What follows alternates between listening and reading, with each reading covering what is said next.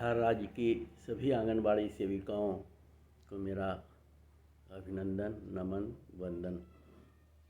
बहनों, बहुत दुख की बात है कि ट्रेड यूनियन के बहकावे में आकर बहुत सारी सेविकाएं हड़ताल पर गईं।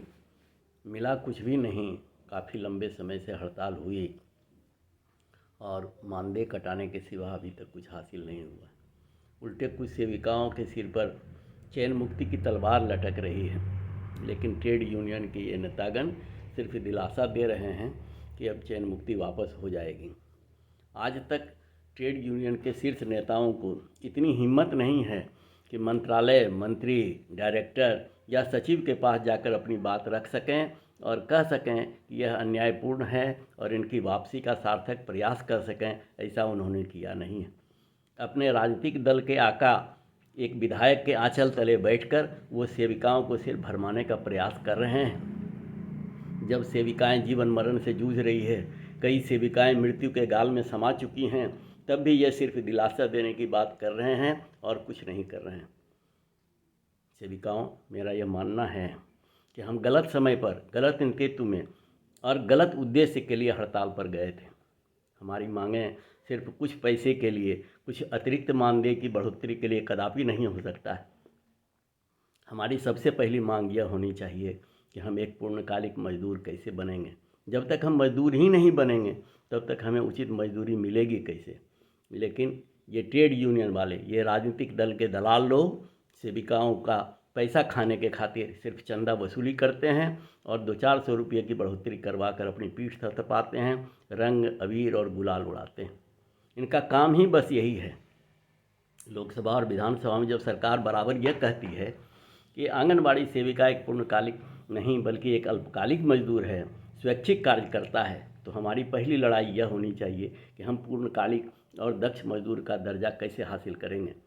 सेविकाओं, जब हम अपना सारा काम डिजिटली कर रहे हैं, हम अपनी हाजिरी डिजिटल बनाते हैं, पोषण ट्रैकर पर काम हम डिजिटल करते हैं, तो फिर हम एक दक्ष मजदूर हैं।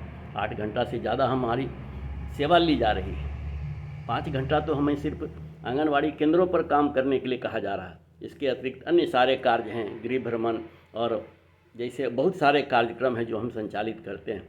बावजूद सरकार हमें अल्पकालिक मजदूर कह के हमें उचित मजदूरी से वंचित करती है। दोष सिर्फ केंद्र राज्य सरकारों का नहीं है, इसमें केंद्र सरकार भी बराबर की दोषी है, बराबर की भागीदार है। हमारे जो केंद्रीय मंत्री हैं स्मृति ईरानी, उनके द्वारा यह कहा जाना कि आंगनवाड़ी सेविका 2 घंटे कार्य करती है, कितने दुखद है। सच्चाई यह नहीं है। सच्चाई यह है कि हम 8 घंटे से ज़्यादा का काम करते हैं और सरकार द्वारा जितने भी अनुदेश आदेश आते हैं उसका अनुपालन करने में जी जान लगा देते हैं, लेकिन उसके बदले हमें क्या मिलता है। ये सारी बातें हैं जो हमें सरकार के समक्ष रखनी होगी।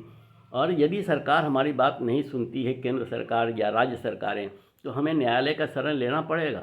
आपको याद होगा कि पिछले साल सर्वोच्च न्यायालय ने कहा था कि आंगनवाड़ी सेविका एक पूर्णकालिक मजदूर है। ग्रेच्युटी, गुजरात के कुछ सेविकाओं द्वारा ग्रेच्युटी के मामले में जो न्यायालय का फैसला आया है उसमें सेविकाओं को ग्रेच्युटी का हकदार माना गया है। फिर बिहार की सेविकाओं को क्यों नहीं? लड़ाई हमारी यहीं होनी चाहिए। लेकिन हमें गांधी मैदान, विधानसभा या गर्दनी बाग में झोंक दिया जाता है, इसीलिए कि आप वहां जाकर सिर्फ हो हंगामा कीजिए और 200-400 रुपया पाकर अपनी संतुष्टि कर लीजिए, जबकि हम वाजिब हकदार 20,000 से 25,000 के हैं। लेकिन कब? जब हम एक पूर्णकालिक मजदूर बनेंगे, एक दक्ष मजदूर का दर्जा हासिल करेंगे। लड़ाई हमारी यहाँ होनी चाहिए। लेकिन हमें बरगला कर और अपने भ्रम में उलझा कर ये ट्रेड यूनियन वाले और राजनीतिक दल के दलाल, जिनका आंगनवाड़ी परिवार से कोई लेना देना नहीं है, जिनका कोई परिवार आंगनवाड़ी सेविका में नहीं है, वो हमारे काम को बाधित करते हैं और हमारे समस्याओं को, जो बड़ी समस्याएं हैं जिसको सुलझाने की ज़रूरत है, उसके बदले छोटी छोटी समस्याओं में उलझा कर हमें यहीं पर बाध्य करते हैं। सेविकाओं, जागरूकता का समय आ गया। आपको खड़ा होना पड़ेगा, अपना संघर्ष खुद लड़ना पड़ेगा।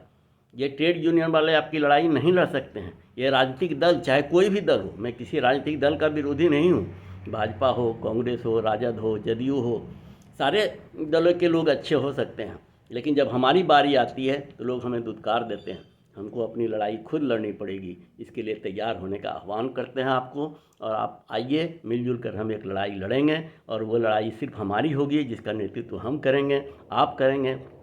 बाकी किसी को इसमें आने की ज़रूरत नहीं है। आप और हम जब एक साथ मिलकर लड़ेंगे तभी कुछ सार्थक प्रयास होगा, हासिल होगा। नए साल की नई अंगड़ाई लेने के लिए आप सबों का आमंत्रण है। आइए, साथ मिलकर हम सब लड़ें और विजय हासिल करें। इन्हीं शब्दों के साथ धन्यवाद, नमस्कार।